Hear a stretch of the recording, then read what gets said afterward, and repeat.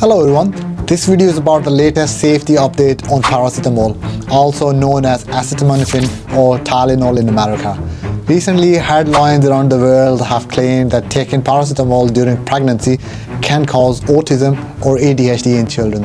Even the US FDA is now preparing new warning labels for paracetamol. But how true is this? Should pregnant women in the UK, Europe or worldwide be worried about this announcement? Or this is another health scare blown out of proportion? Stay with me because in this video I will explain the new studies linking paracetamol to autism and ADHD, why these studies are not as strong as they first appear, what regulators in the UK, US and globally are saying right now about paracetamol and its safety, and finally what this means for you, whether paracetamol is still safe in pregnancy or not. Hi, those who don't know me, my name is Matloob and I'm a pharmacist with over 15 years of experience. I'm passionate about health, medicine and lifestyle. On this channel, I break down medical news into clear, simple language so you always know what's fact and what's hype. If this sounds useful, make sure to subscribe. So first of all, paracetamol is the most commonly used medicine in pregnancy worldwide. In fact, around 60-65% of women take it at some point during the pregnancy. It's long been considered the safest option for pain relief and fever during pregnancy. But in 2025, the FDA in the US announced it will add warning label to paracetamol products following studies that suggest a possible link to autism and ADHD in the newborn baby, and that is from FDA 2025. That's big news, but what does the science actually say about the safety of paracetamol? Let's start with the research-based and evidence-based studies. A 2025 systemic review of 46 studies suggests that children exposed to paracetamol in the womb during the pregnancy were more likely to be diagnosed with autism or ADHD, and that is based on the information from Environmental Health Journal 2025. But here is the catch. Most of these studies are observational. That means they can show association but not the actual causation why and how paracetamol can cause autism or ADHD in the children. There could be many other factors to play. And here is where it gets more interesting. A huge Swedish study looked at 2.5 million children and used a powerful method called sibling comparison.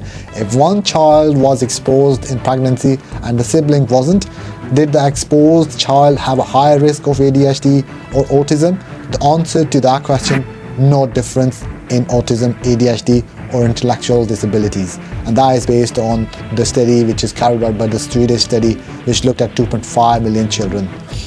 So the strongest evidence we have today suggests no causal link.